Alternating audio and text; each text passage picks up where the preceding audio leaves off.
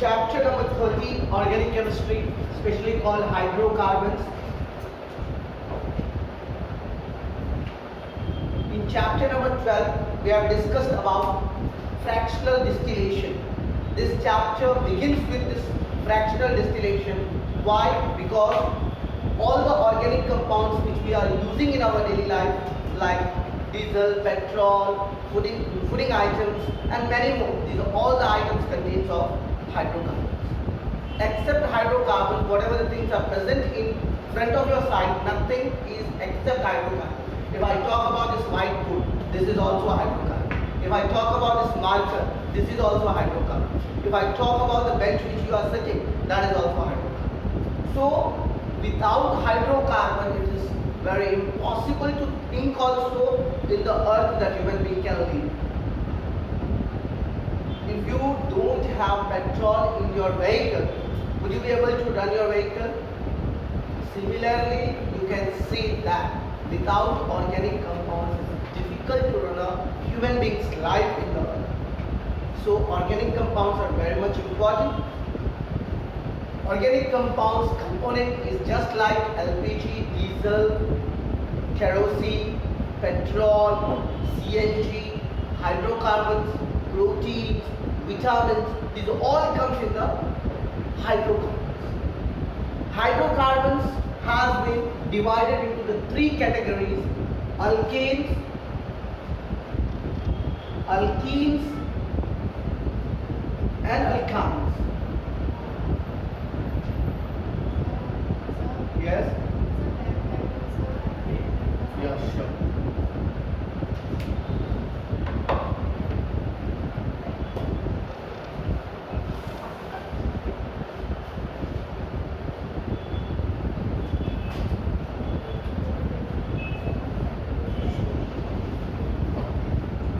So I was talking about alkane, alkene and alkynes. Alkane, alkene and alkynes, which we have heard from 10th standard in the carbon and its compound chapter, right? Now this alkanes is generally called a saturated hydrocarbon because it has a homologous difference of CH2 group, and you can say it is having a single bond between two carbon-carbon atoms. Generally, the first topic of this chapter is about the structure and isomerism. Structure and isomerism means, I can say you that in this alkenes, if there are three types of isomers, I mean generally we study two types, that is structural and stereo. But stereo's two parts, geometrical and optical, is the main part in this chapter. That also we are going to discuss. Generally, I will tell you about the structural isomerism. In the structural, have you heard about the chain isomerism? In that chain isomerism, main point, the first topic of this chapter is about the chain isomers. Isomers, you know. Any doubt in isomers to anyone? Rituparna, do you know isomers? Molecular formula, same, and structural formula different. That type of chemical compound is called isomers, and this phenomenon is called isomerism. Right? The two types of isomerism which we have learned in chapter number 12, that were structural and stereo. Structural were having four parts. Generally there are five: chain, position, functional, then metamerism, and one was tautomerism. So here we will discuss about the chain structural isomer. Can you tell me what is this compound?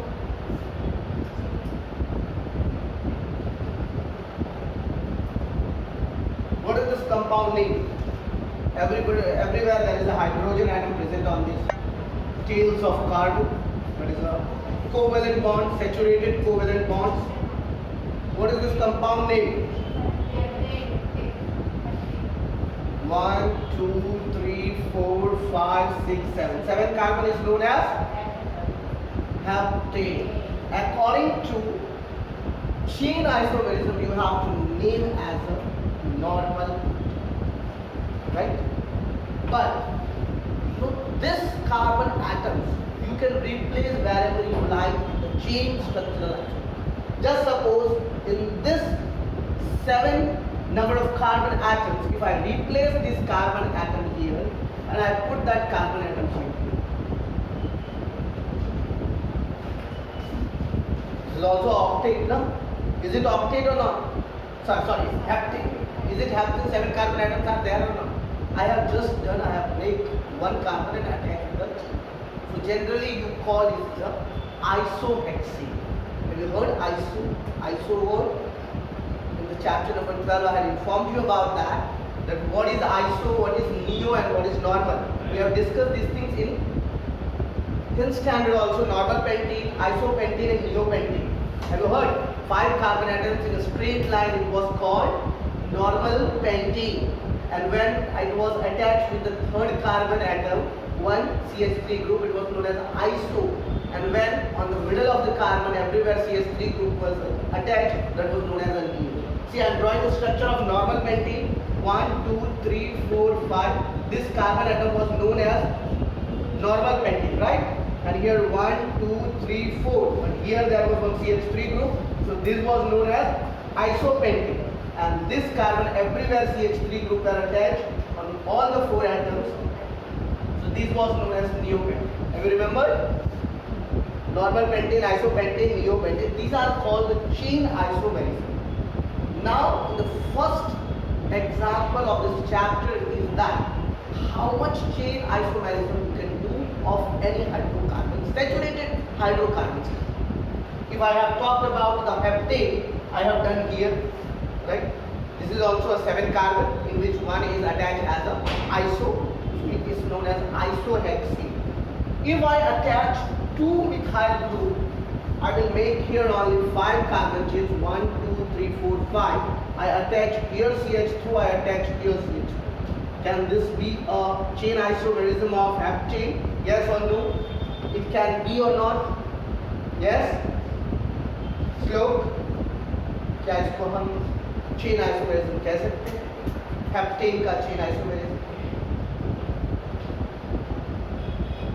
मैंने क्या किया, पहले मैंने total 7 carbons लिए थे normal heptane का, उसमें मैंने क्या किया, हेप्टेन का जो लास्ट मिथाइल ग्रुप था उसको मैंने आइसो ग्रुप में कन्वर्ट कर दिया और यहाँ पर मैंने लिख दिया इसको आइसोहेक्सेन, 6 कार्बन का चेन जिसमें एक मैंने उसको चेन में कन्वर्ट कर दिया। यहाँ पर टोटल 7 कार्बन ही है। There are 7, it is a heptane only. Molecular formula will be of heptane only. But what I have done, I have made it 2. If I do the same structure, but if I attach here CH3 and CH3, can I make like this or not? Definitely. So if any normal hydrocarbon compound is given to you, can you break them into a chain? Yes. 3,3-dimethylpentane. It's IUPAC name, you can see it. But if I talk about the isomerism, have you heard the neo word? Neopentane. Here this is a very, very stable hyperconjugation which we have discussed, right? If you compare about the propane or pentane also, this will be more stable. Normal pentane and this neopentane, which one will be more stable? Then you have to say this. Why? Because one carbon atom is attached to all the sides alkyl group. And these alkyl groups are very active groups which is attached to the central carbon atom. So that's why this is a more stable group. So here you can say it as a neoheptane. It is a 3,3-dimethylpentane. You can say as a neoheptane, right? These are the isomers name. आपका nickname होता है ना, रिया आपका मान लीजिए professional name है आपका, जो स्कूल का नेम है रिया। घर पे आपको कोई रियू बुलाती हो, कोई समथिंग एल्स बुलाता होगा, तो that is your nickname you can see, और pet name you can see. Similarly these are isomers. Structure change कर दिया, स्ट्रक्चर चेंज कर, मतलब स्कूल में जाते हैं तो हम लोग टाई बेल्ट स्कूल यूनिफॉर्म पहन के जाते हैं, हमारा एक अलग ही स्ट्रक्चर होता है। और जैसे घर पे आते हैं तो हम लोग नॉर्मल अपना फॉर्मल भी तो वो सब छोड़ के एकदम जनरल में आते हैं। ये स्ट्रक्चर हमारा चेंज उसमें लगता है, और स्कूल वाले ड्रेस में हम लोग वेल डिसिप्लिन मेंटेन स्टूडेंट लगते हैं। तो ये समझ लेना वेल डिसिप्लिन मेंटेन, और ये स्ट्रक्चर वाले समझ लेना घर का। तो ये जब IUPAC नेम लिखोगे तो उस समय अलग रूल्स है यूपीएससी ने, उस समय आपको हाँ कहाँ पर लिखना है आइसो या फिर नियो याद कीजिए, वो भी वर्ड है जो मैंने आप लोगों को वहाँ पर चैप्टर नंबर 12 में बताया था, और कुछ कंपाउंड्स के नेम भी दिए थे, आइसोब्यूटाइल वाला, आइसोब्यूट्रिसो वाला, अगर याद होगा तो वहाँ पर जहाँ पर लॉन्गेस्ट कार्बन चेन में दोनों साइड कार्बन एटम, जैसे मान लीजिए इसी कार्बन एटम पर यहाँ पर मैं CH4 और ऊपर में भी C3H7 डालूँ, एक जगह C4H10 डाल दूँ और एक जगह C3H7 डाल दूँ, तो वहाँ पर जो है आप इसको कह सकते हैं, वहाँ पर जो आप वर्ड यूज करोगे क्योंकि लॉन्गेस्ट कार्बन चेन जो है अलग हो जाएगा, और उसके साथ जो आपका प्रीफिक्स जुड़ा हुआ है वो उस समय आप उसको आइसो, वो आपका आइसोमर्स नहीं होगा, वो आपका यूपीएससी नहीं होगा। समझ में आ गया? चलिए हम लोग फर्स्ट क्वेश्चन बनाते हैं, problem number 13.1। Please open everyone NCERT text book. श्लोक जी आज भी नहीं लाए थे, आशा करता हूँ, कोई बात नहीं, मोबाइल से मोबाइल भी नहीं, नादा लिखने वाले एनसीईआरटी बुक तेरे को नादा नॉट पॉसिबल। चलो फटाफट निकालिए आप लोग। NCERT 13.1। What is the first structure? It's called normal hexane. Yes or no? Please draw a structure of normal hexane in your notebook. Everyone. Yeah. You have to. The practice makes a man perfect. In notebook, huh? Whenever I am saying in notebook, then use notebook. Normal hexane का structure, इसमें mobile का क्या काम है, उसको रख लीजिए, pocket में रख लीजिए। नॉर्मल हेक्सेन का स्ट्रक्चर ड्रॉ कीजिए, उसके बाद आइसो हेक्सेन का स्ट्रक्चर ड्रॉ कीजिए, उसके बाद नियो तो बनेगा नहीं क्योंकि 6 कार्बन एटम है, उसमें नियो नहीं बनेगा, तो डबल आइसो हो सकता है, 2 पोजीशन और 4 पोजीशन पर दिखाएंगे। जितने स्ट्रक्चर्स आप चेन आइसोमर्स नॉर्मल हेक्सेन के बना सकते हो, नॉर्मल हेक्सेन का चेन आइसोमर्स बनाना। पहले तो नॉर्मल हेक्सेन स्ट्रेट लाइन में और उसके बाद आइसोमर्स बनाइए, चेन में उसको बांटते जाइए। ठीक है, समझ में आया? नॉर्मल हेक्सेन को आप कितने चेन आइसोमर्स बना सकते हो? 6 कार्बन एटम, जैसे मैंने यहाँ पे 7 था तो 7 में मैंने एक स्ट्रक्चर ये बनाया, दूसरा ये बनाया, और बना सकता हूँ। इस कार्बन एटम को हटा के यहाँ पे डाल सकता हूँ। जितने चेन आइसोमर्स आप बना सकते हैं नॉर्मल हेक्सेन का चेन आइसोमर्स। तो नॉर्मल हेक्सेन को पहले आप लोग स्ट्रेट लाइन में रिप्रेजेंट कर दीजिए। नॉर्मल हेक्सेन हो जाएगा 1 2 3 4 5 6 CH3 CH2 CH2 CH2 CH3। पहला और आखिरी कार्बन CH3 होगा, बाकी सबके सब होमोलोगस सीरीज वाले CH2 CH2 हो जाएंगे। ये हमारा नॉर्मल हेक्सेन, राइट। इसको मैंने सबसे पहले क्या किया, एक CH3 को हटा करके ये 5 हो जाएगा और 4th पोजीशन पर मैंने CH3, तो यहाँ पर 1 2 3 4 5 हो गया, और यहाँ पर मैंने एक CH3 डाला, एक मेरा ये हो जाएगा chain isomers, right. Normal hexane को मैंने क्या बना दिया, आइसो हेक्सेन। ठीक है, दूसरा मैं क्या किया, इस CH3 को हटा दिया यहाँ से, और यहाँ पर मैंने एक CH3 डाल दिया, 1,3 डाइमिथाइल ब्यूटेन। ये भी मेरा एक जो है स्ट्रक्चर कह सकते हैं आप, एक चेन आइसोमर्स हो गया नॉर्मल हेक्सेन का। अगर मान लीजिए मैं एक और CH3 हटाना चाह रहा हूँ, तो क्या मैं हटा सकता हूँ या नहीं हटा सकता हूँ, पहले ये बताइए। एक और CH3 को हटा करके मैं ऐड करना चाहता हूँ, तो हो सकता है या नहीं, या सिर्फ 3 ही स्ट्रक्चर हो,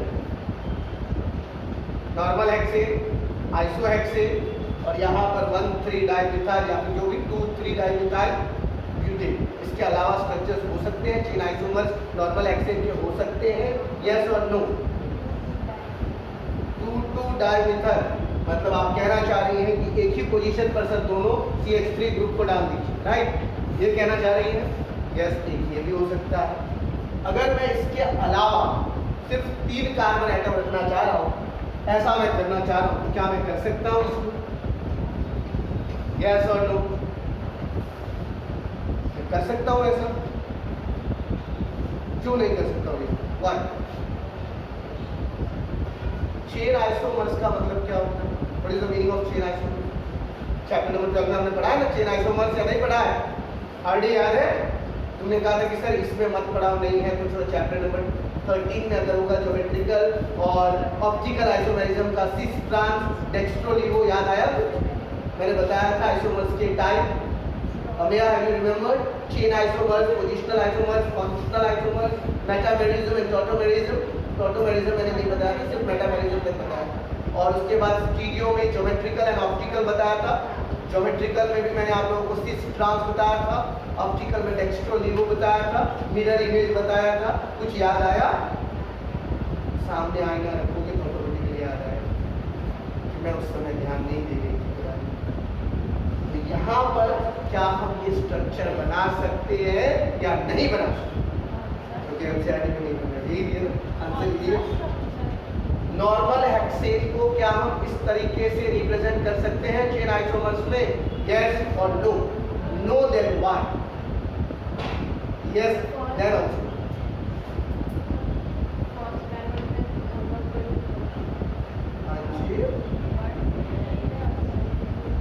छह कार्बन तो है ना यहाँ पर?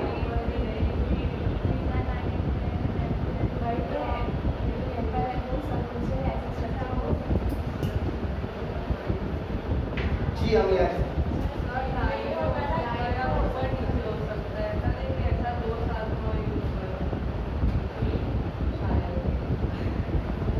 सबसे पहले तो अभी तक आप लोगों का चेन आइसोमर्स अभी तक कंफर्म। चेन आइसोमर्स मैंने आपको 3 तरीके का रूप बताया था।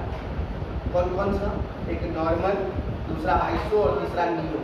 ये तीनों रूप होता है इन लोगों का। लेकिन अगर आप चेन आइसोमर्स की बात करते हैं तो किसी भी पोजीशन पर नंबर ऑफ कार्बन एटम्स उतने ही होंगे, लेकिन आप ऐड कर सकते। समझ में आया? चेन का मतलब होता है स्ट्रेट को ब्रांच बनाना। यस। इसके अलावा भी अगर मैं चाहूं ये इसको भी हटा दो और यहाँ पे डाल दो 1 1 2 2 1 1 2 2 टेट्रामिथाइल। ये भी हेक्सेन है ना? 6 कार्बन है कि नहीं है? देखो 1 2 3 4 5 6 2 2 नियो ग्रुप। ये सब बहुत ही एक्टिव कार्बन ग्रुप है। ये अगर यहाँ पर अगर और एक CH3 डाल दो और एक CH3 इधर डाल दो, इससे ज्यादा स्टेबल स्ट्रक्चर नॉर्मल पेंटेन की नहीं। ये सारी इसमें 8 कार्बन होंगे, 6 वाले नहीं है, या 8 वाले ऑक्टेन का। ये सब स्टेबल स्ट्रक्चर्स होंगे चेन आइसोमर्स। तो सबसे पहले आपके एनसीईआरटी में टोटल नंबर ऑफ स्ट्रक्चर्स कितने हैं? नॉर्मल हेक्सेन का 13.1 पे देखिए टोटल 5 स्ट्रक्चर्स है ना। एक साथ पहले वाला यहाँ पर आइसो डाला होगा, दूसरा यहाँ पे डाला होगा, तीसरा जो है ऊपर नीचे डाला होगा, एक नॉर्मल होगा और एक फिर वापस एक ऊपर और एक नीचे डाला होगा। तो आप लोग सबके सब पहले वो 5 स्ट्रक्चर्स अपने नोटबुक में बनाइए और उसका IUPAC नेम, चेन आइसोमर्स का IUPAC नेम लिखना। Hardy what happened? It is not hard, it is easy. On your name is Hardy, but IUPAC hard ई है ना बेटा? नाम तुम्हारा RD है। Okay, K remove from Hardik, right? Hardik में से के रिमूव। वाई नहीं है तुम्हारे लास्ट में? Hearty. Okay hearty, but IUPAC right name is not hard E. Okay, so first write all the IUPAC names of chain isomers of normal hexion. Quick, without wasting a single second. आप सब लोग 6 के 6 structures को अपने notebook में बनाइए और उसका IUPAC नेम लिखिए। अगर उसको लिखने में अगर आप लोगों को कठिनाई हो रही है तो यू कैन आस्क।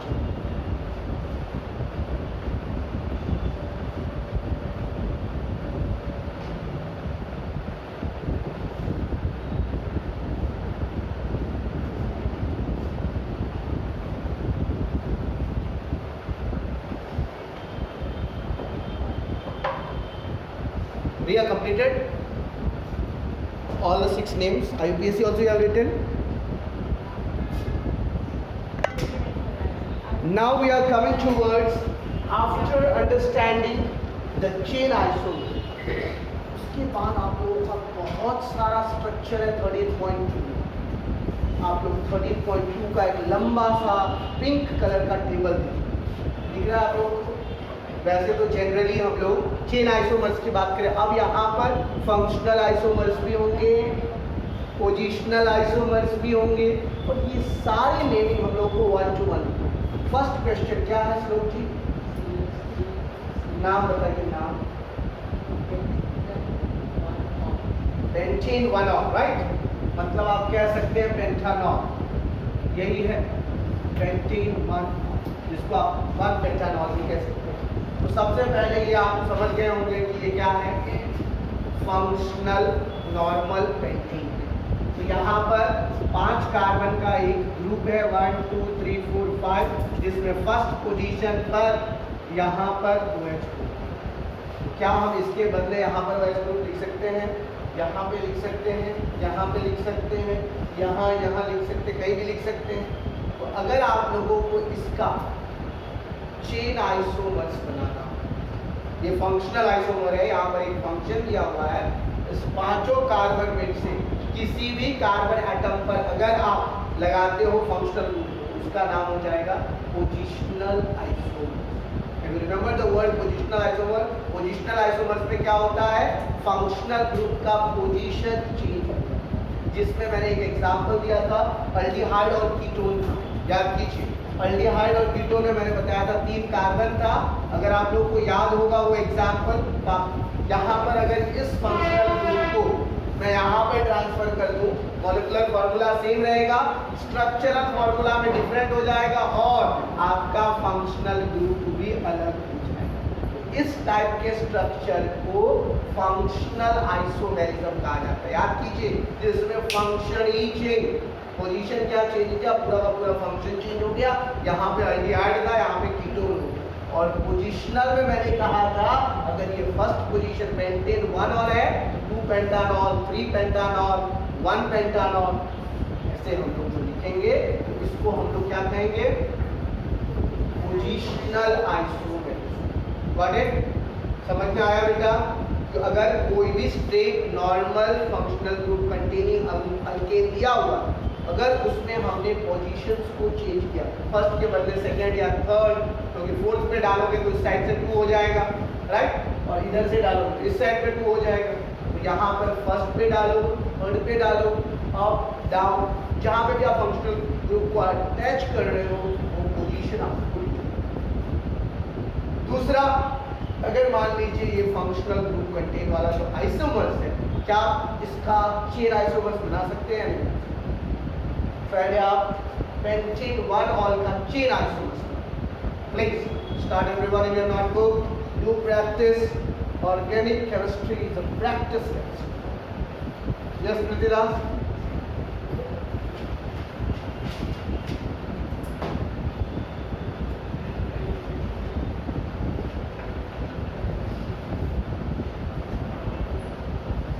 ये समझने से पहले मैं आप लोगों को एक चीज बताना चाहता हूँ।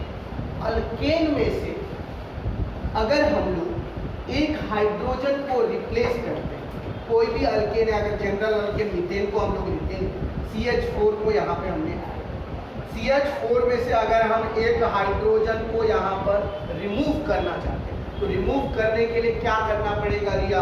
अगर आपने चैप्टर नंबर 12 का सारा लेक्चर अटेंड किया है, इसका जवाब आप दे सकते हैं। जिन लोगों ने नहीं अटेंड किया उनका बात नहीं, लेकिन जिन लोगों ने अटेंड किया है लेक्चर, याद कीजिए मैंने कहा था यहाँ पर methyl positive and H minus, कौन सा था रिएक्शन पता है आपको? कुछ याद आया?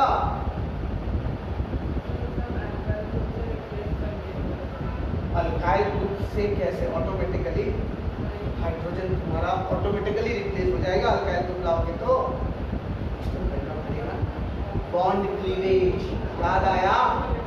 होमोलाइटिक एंड हेटेरोलाइटिक बॉन्ड क्लीवेज अगर याद होगा तो, नहीं याद होगा आराम से। होमोलाइटिक एंड हेटेरोलाइटिक बॉन्ड क्लीवेज में मैंने एग्जांपल दिया था, Cl2 जब ब्रेक करता है, याद कीजिए इलेक्ट्रॉन का डिस्प्लेसमेंट भी मैंने बताया था आप लोगों को। इसमें से हाफ इलेक्ट्रॉन यहाँ पे आ जाएगा, हाफ इलेक्ट्रॉन इसको जो आप लिखोगे Cl डॉट और Cl डॉट के रूप में रिप्रेजेंट करोगे।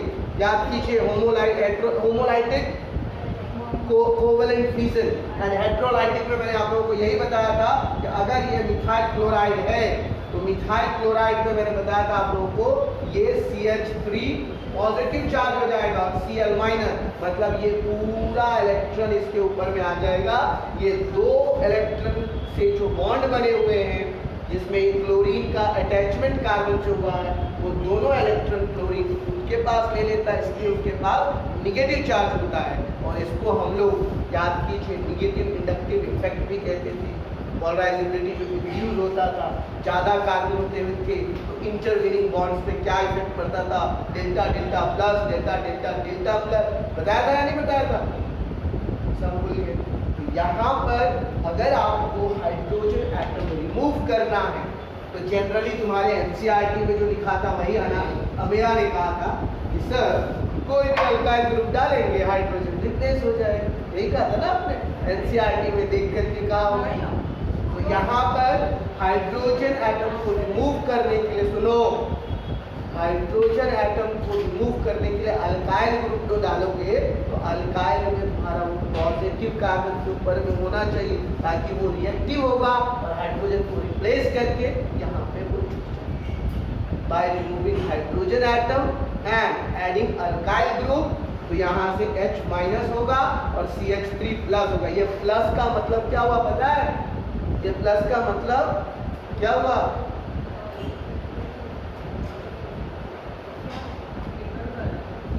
ये पॉजिटिव का मतलब यहाँ पर हुआ कि मिथाइल ग्रुप जो है वो एक्टिव ग्रुप है, वो किसी भी कार्बन एटम के साथ या कोई दूसरे एटम के साथ अटैच होने के लिए रेडी है। तो ये हाइड्रोजन एटम यहाँ पे आपका निकला और यहाँ पर CH3 जिसको आप नॉर्मल इथेन कहते हैं वो, और यही हाइड्रोजन का रिमूविंग से आप कोई फंक्शनल ग्रुप अटैच कर सकते हो, मिथेनॉल बना सकते हो, फॉर्मल्डिहाइड बना सकते हो, एसिटिक एसिड बना सकते हो। ये हाइड्रोजन का रिप्लेसमेंट क्यों होता है उसके लिए आपका यहाँ पर जानना बहुत जरूरी है कि बॉन्ड क्लीवेज किसको कहते हैं। क्लीवेज का मतलब होता है टूटना, बॉन्ड का डिसोशिएट होना, bond cleavage.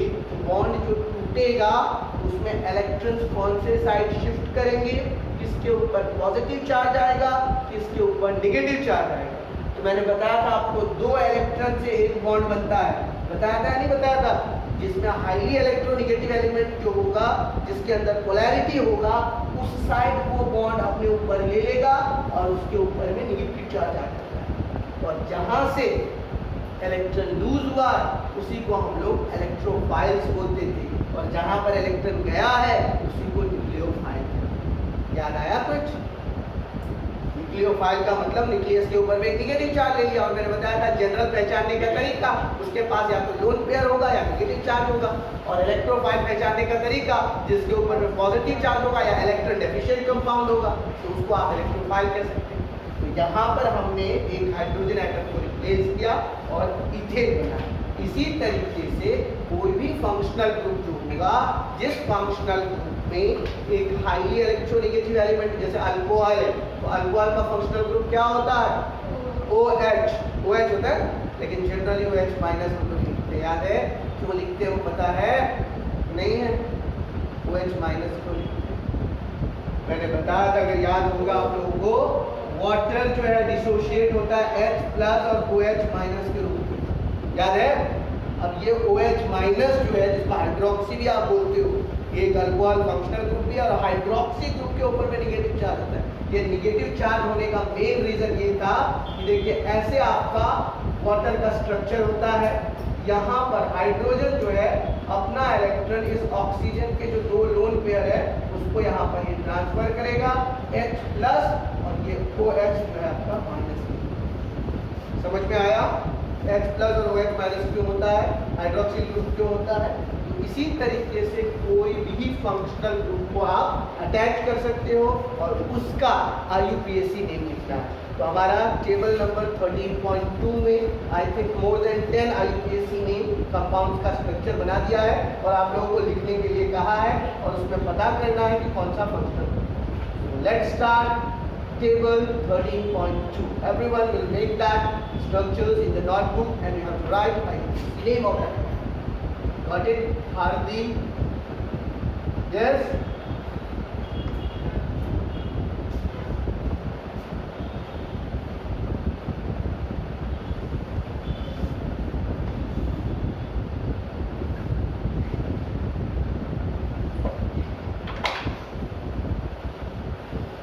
Everyone's pen should run, not stop. Pen चलना चाहिए सबका, किसी का भी पेन स्टॉप नहीं होना चाहिए. Total there are 10 carbon atoms. See आप स्ट्रेट चेन में काउंट कीजिए. 1 2 3 4 5 6 7 8 9 10. पहले इधर ध्यान दीजिए आप. टोटल स्ट्रेट चेन में 10 कार्बन एटम है. फोर्थ पोजीशन पर देख लीजिए यहाँ पर, first second third fourth position पर आपका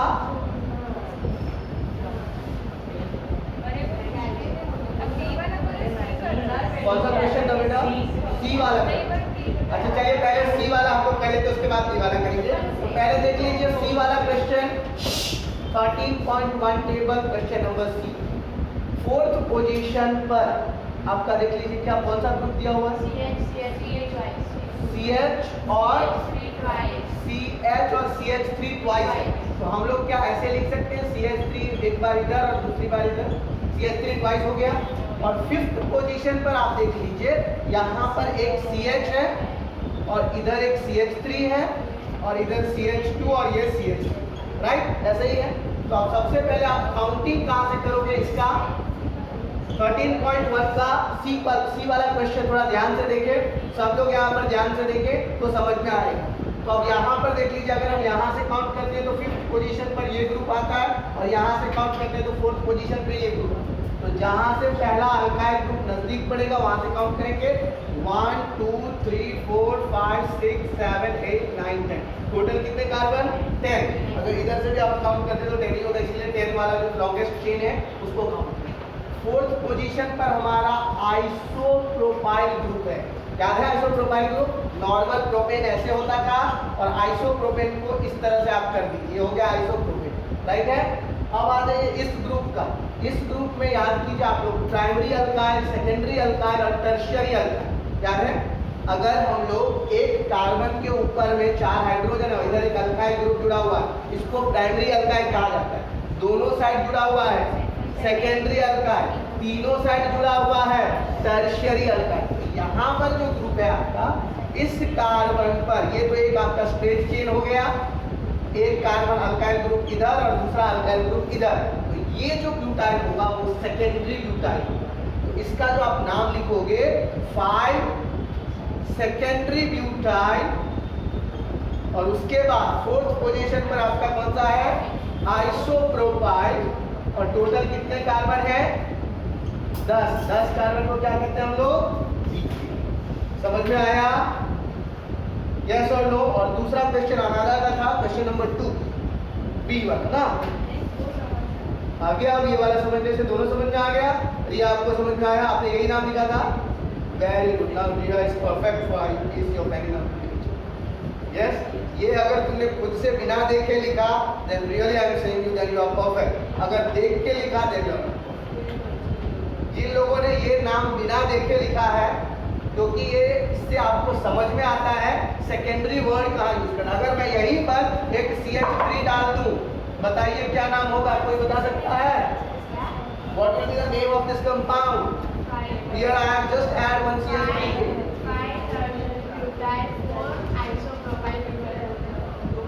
क्या हम इसको टर्शियरी ब्यूटाइल कह सकते हैं? क्या यहाँ पर अगर इस पोजीशन पर ब्यूटाइल मिथाइल यूज कर सकते हैं हम लोग कि नहीं कर सकते? वो भी ध्यान रखना है. जी बताइए. आइसोब्यूटाइल जहाँ पर सेकेंडरी ब्यूटाइल जो है ना, तो सेकेंडरी ब्यूटाइल के बदले क्या हम 2 मिथाइल सेकेंडरी ब्यूटाइल लिख सकते हैं यहाँ पर कि नहीं लिख सकते हैं?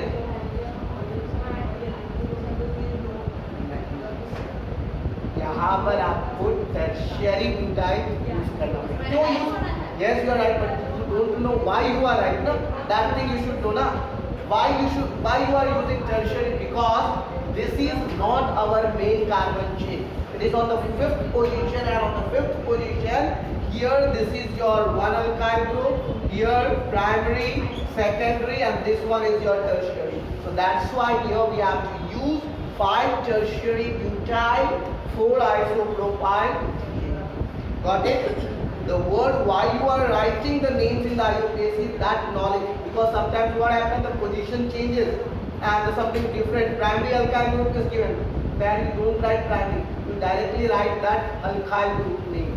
प्राइमरी अल्काइल का अगर मान लो यहाँ पे C2H6 या C2H5 दिया रहता तो तुम लिखते हो प्राइमरी इथाइल, नहीं लिखते हो ना, डायरेक्टली लिख देते हो 5 इथाइल 4 आइसोप्रोपाइल लिख के लिखते हो।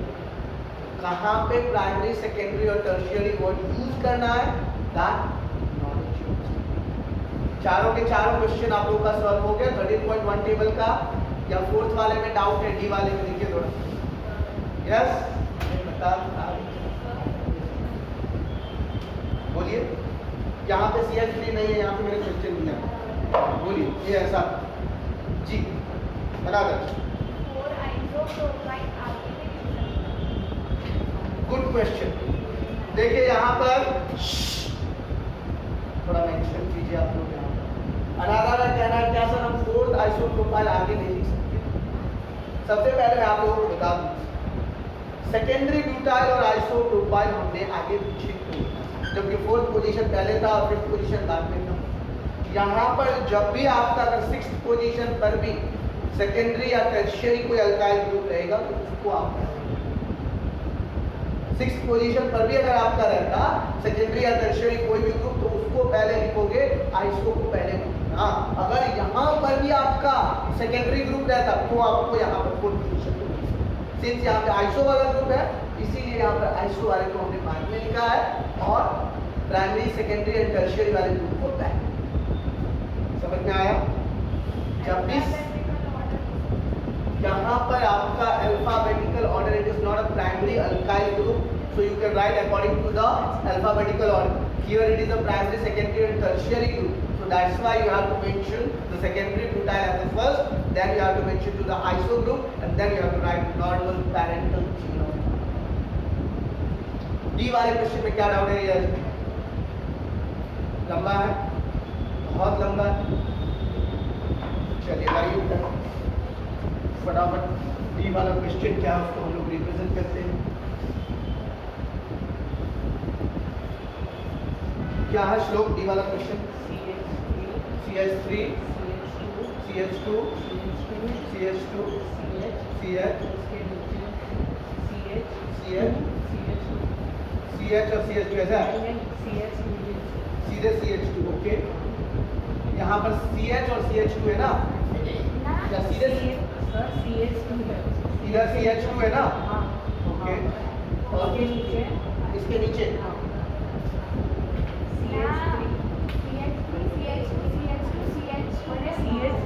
चलाइए, बुक दे दीजिए, मैं ड्रॉ करूँगा। डी वाला क्वेश्चन अच्छा देखिए 1 2 3 4 5th कार्बन के ऊपर में है। आप कौन सा कार्बन मुझे बता दिए थे? 4th कार्बन CH2 है, 5th कार्बन CH है, उसके नीचे में CH2 है, फिर यहाँ पर आपका ये वाला ग्रुप है। अब आएगा ओरिजिनल मतलब, और यहाँ पर से फिर CH2 करके डायरेक्टली 9 कार्बन है, 1 2 3 4 5 6 7 8 और ये 9। सबसे पहले आप काउंट किधर से करो? 1 2 3 4 5 1 2 3 4 5 से नहीं पड़ रहा, जिधर से काउंट करो, आपकी मर्जी। टोटल 9 कार्बन को क्या करते हैं? नोनिन कहते हैं। 5th पोजीशन पर कितने कार्बन है? 1 2 3। सेकंड पोजीशन पर कितने मिथाइल है? 2 मिथाइल है, 2 डाइमिथाइल। और कितने हो गए? प्रोपाइल ग्रुप है ना, तो यहाँ पर पहले आप 5th पोजीशन को कवर कर दीजिए, उसके बाद ब्रैकेट डाल दीजिए 2 डाइमिथाइल प्रोपाइल।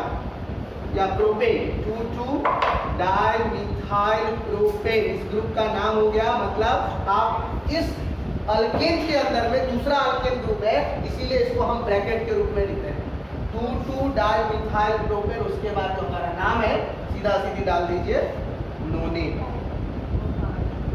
5th पोजीशन पर टोटल हमारा, वैसे इसको आप नियोपेंटेन भी नाम दे सकते थे। क्यों प्रोपाइल है बता सकते हैं क्योंकि अल्कीन में से एक H रिमूव करके ये पूरा अल्काइल ग्रुप अटैच है, इसीलिए प्रोपेन ना हो करके यहाँ पे क्या हो जाएगा प्रोपाइल। अब अल्केन और अल्काइल में यही डिफरेंस था, मैंने आपको बताया था कि CH4 में से एक हाइड्रोजन को रिप्लेस किया था और यहाँ पर हमने एक अल्काइल ग्रुप ऐड किया। ये भी वही है, ये पूरा अल्केन था, यहाँ पे हाइड्रोजन डाल दीजिए, हाइड्रोजन को रिप्लेस करके ये पूरा का पूरा अल्काइल ग्रुप अटैच किया। ठीक है, तो यहाँ पर जो नाम है आपका 2,2, बिकॉज यहाँ से हमने काउंट किया 3 कार्बन है, 1 2 3। सेकेंड पोजीशन पर आपका दोनों मिथाइल है, तो 2,2 डाइमिथाइल। हाँ, यहाँ पे आप लोग एक मुझे पूछ सकते हो सर क्या इसको आइसोप्रोपाइल नहीं, या आपका क्वेश्चन होना चाहिए था ना, क्यों नहीं लिख सकते? आइसो के लिए याद रखना बच्चा, एक कार्बन एटम, सिर्फ 2 ही कार्बन एटम से, यहाँ पे 3 कार्बन एटम और चौथा भी जुड़ा हुआ है, इसीलिए ना तो ये आइसो है, ना प्राइमरी है, ना सेकेंडरी है, ना ही ये टर्शियरी है। हाँ जी, तो 3 है ना, यहाँ पे तो 4 है ना बेटा, इधर भी अल्काइल अल्काइल अल्काइल अल्काइल, चारों साइड अल्काइल। अब टर्शियरी से बड़ा हो गया, सीधे अल्केन हो गया ना, तो इसीलिए ये अल्केन यहाँ पर जुड़ा हुआ है, इसीलिए ये अल्काइल, तो लास्ट में प्रोपाइल दिया। और यहाँ पर जो है अगर सुनो सीधो, यहाँ पर अगर तुम्हारा ये H होगा, या सपोज करो अगर यहाँ पर ये H होगा, तो यहाँ पर तुम्हारा इसको, इस ग्रुप को तुम आइसोप्रोपाइल कह सकते। अगर यहाँ पर सिर्फ H होता तो, लेकिन यहाँ पर तुम्हारा क्या दिया हुआ है, यहाँ पर तुम्हारा दिया हुआ है CH3। तो यहाँ पर देखो, अगर तुम इसको टर्शियरी कहना चाह रही हो कि सर इसको हम टर्शियरी बोल सकते थे, क्योंकि अगर टर्शियरी के लिए 3 अल्काइल ग्रुप होना चाहिए, यहाँ पर कार्बन के चारों side alkyl group, primary secondary tertiary, और ये भी तो ये अल्केन हो गया। समझ में आया कि नहीं आया? और ये अल्केन में से एक हाइड्रोजन को रिप्लेस किया और इस पूरे लंबे चेन के साथ जुड़ा हुआ है, तो इसलिए अल्काइल ग्रुप हो गया। सेकेंड पोजीशन पर 2 बार मिथाइल ग्रुप हो गया, इसीलिए इसका नाम दोगे 2,2 डाइमिथाइल।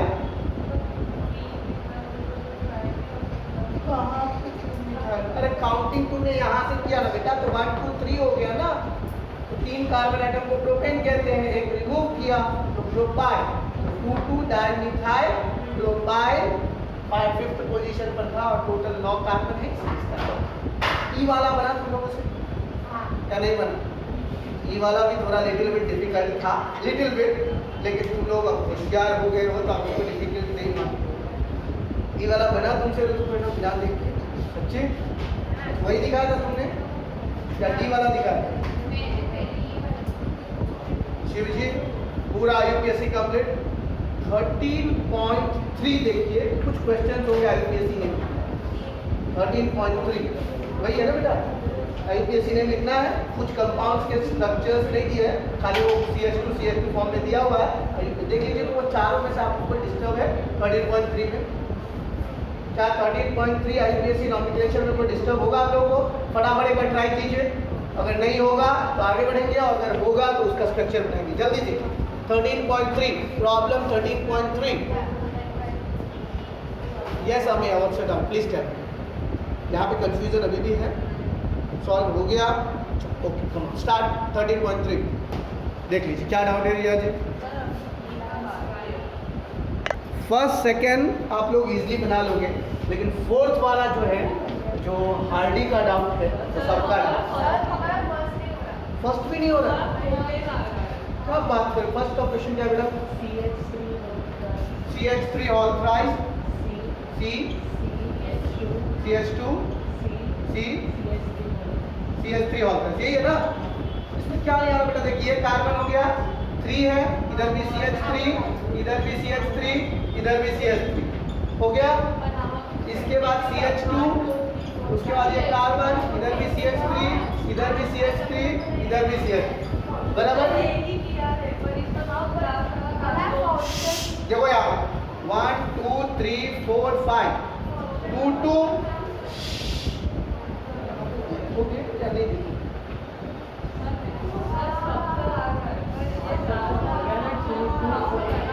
कौन सा लास्ट वाला?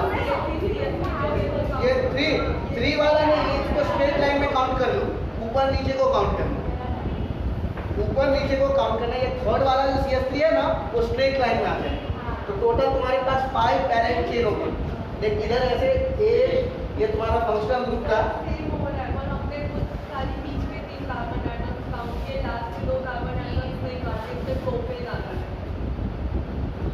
पांच कार्बन टोटल हुए, पेंटेन 5 कार्बन को कहते हैं। और हमारा ये CH3 जो 3 टाइम है ना, उसको ऐसे रिप्रेजेंट करना है, तीसरा तो उसको स्ट्रेट लाइन में ड्रॉ करके आप बिल्कुल सेकंड पोजीशन पे 2 बार है और फोर्थ पोजीशन पे 2 बार डायरेक्ट, राइट। इसका नाम क्या है?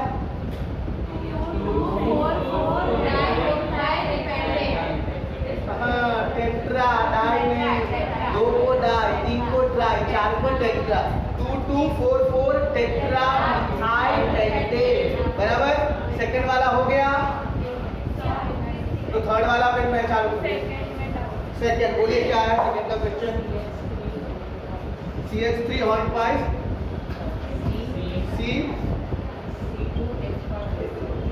CH3 हॉट वाइज, उसके बाद C है, H नहीं है, C के साथ कुछ भी। उसके बाद क्या है? C2H5 हॉट वाइज, ऐसा है। बहुत इजी है बेटा। ये C इधर तुम्हारा देखो 2 बार CH2 है, CH3 सॉरी, CH3 एक, CH3 दूसरा, और इधर एक C2H5 और दूसरा इधर C2H। तो C2H5 को तुम लोग ऐसे कर दो, CH2 CH3 ऐसे कर सकते हो। C2H5 को कि नहीं कर सकते हो? यहाँ पे काउंट करो 1 2 3 4 2 इथाइल 2 मिथाइल ब्यूटेन, 5 कार्बन है। 1 2 3 2 और 2 4 5, हाँ जी 5 हो जाएगा। 1 2, देखो यहाँ पर CH3 हॉट वाइज था ना यहाँ पर, तो एक CH3 पहला कार्बन ये हो गया, दूसरा कार्बन ये, और इधर 2 और है, 3 4 नहीं 4 ही होगा बेटा, रॉन्ग है।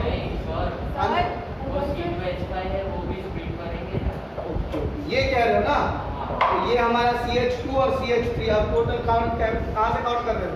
1 2 3 4 5 ऐसे 1 2 3 4 5 3 मिथाइल 3 डाइमिथाइल पेंटेन, ये नाम है 3 dimethyl pentane, longest carbon chain. और हम लोग का इथाइल ग्रुप को स्प्लिट किया, C2H5 को हमने CH2 और CH3 में स्प्लिट किया लॉन्गेस्ट कार्बन चेन की तरफ। अब हम लोग आते हैं हेथ के डाउट के ऊपर में। हेथ का जो डाउट है वो है टेट्रा टर्शियरी ब्यूटाइल मीथेन। ये बहुत ही, अब सबसे पहले तुम यहाँ पर दिमाग लगाओगे, टेट्रा का मतलब कितना हुआ? 4, और मीथेन का 1, तो टोटल कितना कार्बन? 5, total 5 carbon. 5 कार्बन का एक लाइन ड्रॉ कर दो, 1 2 3 4। टर्शियरी ब्यूटाइल, टर्शियरी ब्यूटाइल, समझ में आया? 4 टर्शियरी ब्यूटाइल। किसको कहते हैं? प्राइमरी सेकेंडरी टर्शियरी ब्यूटाइल, पता है आपको? किसको कहते हैं प्राइमरी सेकेंडरी और टर्शियरी ब्यूटाइल?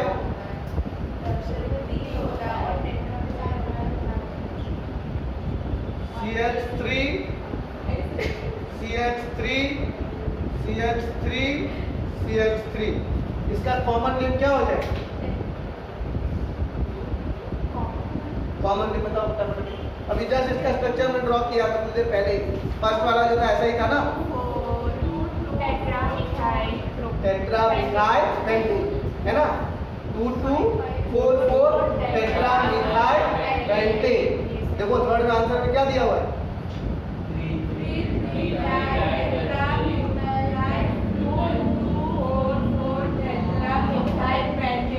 अभी तो सिर्फ तुम्हारा ये जो है टेट्रा मिथेन वाला हुआ, ये 4 वाला जो है। अब जो है थर्ड पोजीशन पर, यहाँ पर थर्ड पोजीशन पर कौन सा ग्रुप है? ब्यूटाइल, टर्शियरी ब्यूटाइल है ना। टर्शियरी ब्यूटाइल किसको कहते हैं? याद करो, टर्शियरी ब्यूटाइल का मतलब 3 अल्काइल ग्रुप। अब यहाँ पर कैसे शो करोगे 3 अल्काइल ग्रुप? देखो सेकेंड पोजीशन पर तुम्हारा 1 2 3 4, ये 4 मीथेन के कारण जो है टेट्रामीथेन यहाँ पे कहा गया, ठीक है। 4 मीथेन है इसीलिए इसको टेट्रामीथेन कहा गया। और यहाँ पर टर्शियरी ब्यूटाइल का मतलब हो गया कि यहाँ पर तीनों साइड से अल्काइल ग्रुप जुड़ा हुआ है। 3 क्या है? Tertiary butyl. 2 बार है तो 3 डाई टर्शियरी ब्यूटाइल 2 4 टेट्रामीथेन। इसका नाम पहले लिखो तो पता चलेगा। 3 ठीक है, इसको ब्रैकेट के अंदर में डालना। 3 टर्शियरी ब्यूटाइल और उसके बाद 2 4 tetramethane, tetramethyl pentane. Yes, tetramethyl pentane. सबसे पहले तुम्हें दिमाग कैसे लगेगा कि सर अगर इस तरह का क्वेश्चन दिया है तो पेंटेन कैसे होगा? पहले तो ये दिमाग में पेंटेन कैसे, पहला दिमाग ये होना चाहिए। कैसे पता चलेगा? ऐसा नाम दे देगा, बोलेगा कहाँ से पेंटेन वेंटेन। हाँ जी, इधर डाई ना, हाँ इधर डाई आएगा। 3 2 बार है तो डाई डेफिनेटली आएगा। पहले यहाँ पर पेंटेन कैसे पता चलेगा? यस, देखो इसने पकड़ा। ब्यूटाइल और मीथेन है तो ब्यूटाइल का मतलब होता है 4 कार्बन और मीथेन का मतलब होता है 1 कार्बन। इसीलिए मैंने पहले क्या किया? 5 कार्बन ड्रॉ किया पेंटेन पर। उसके बाद मैंने देखा टेट्रामीथेन है तो 4 बार मैंने दिया मिथाइल ग्रुप किया। और उसके बाद ये टर्शियरी ब्यूटाइल, टर्शियरी का मतलब होता है ये अल्काइल ग्रुप को हम लोग टर्शियरी अल्काइल ग्रुप कहते हैं, ठीक है। तो अब सबसे पहले तुम इसको जोड़ो कि कैसे ये tertiary alkyl group. 3 tertiary butyl. यहाँ पर जो ग्रुप तुम बता रहे हो 1 2 3 4 कार्बन इधर भी और 4 कार्बन तुम्हारा इधर भी। ये वाला 2 ग्रुप है जिससे तुम क्या बता रहे हो? देखो इधर भी अल्काइल ग्रुप, इधर भी अल्काइल ग्रुप, इधर भी अल्काइल ग्रुप। अगर तुम यहाँ पर वो 2 डाइमिथाइल वाला जो स्ट्रक्चर था हमारा C वाला या D वाला 13.1 का, वो स्ट्रक्चर अगर तुम यहाँ पे ड्रॉ करोगे तो तुम्हारा टर्शियरी ब्यूटाइल का स्ट्रक्चर ऐसे होगा। एक साइड हाइड्रोजन, 3 साइड अल्काइल। और ये अल्काइल तुम्हारा मेन ब्रांच होना चाहिए। इधर से भी तुम्हारा ये टर्शियरी। ये थर्ड पोजीशन पर CH3 2 बार डालना, इधर CH3 और यहाँ पर टोटल 4 कार्बन होने चाहिए। ये मिला करके तुम्हारा यहाँ पर स्ट्रेट लाइन में जो दोगे उधर भी अल्काइल, उधर भी अल्काइल, उधर भी, मतलब CH3 और CH यहाँ, फिर इधर एक और CH3 और यहाँ पर CH।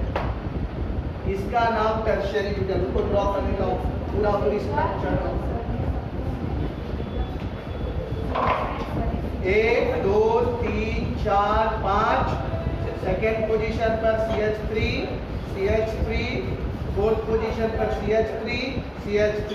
अब थर्ड पोजीशन पर देखो, इसको थोड़ा मैं लंबा करके ले जा रहा हूँ। यहाँ पर तुम्हें दिखाना है टर्शियरी ब्यूटाइल। टर्शियरी ब्यूटाइल कैसे दिखाओगे?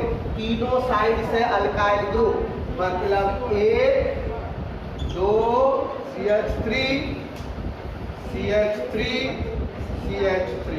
अब तुम बोलोगे सर इसका तो वापस नाम 2 डाइमिथाइल प्रोपाइल हो जाना चाहिए था।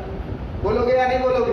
यहाँ पे होना चाहिए ना सर, जब ये स्ट्रेट चेन से जुड़ा हुआ है तो 2 डाइमिथाइल बोलोगे, लेकिन नहीं। यहाँ पर क्या करना है बता सकते हो कोई? इसका जो स्ट्रक्चर ड्रॉ करोगे कैसे ड्रॉ करोगे?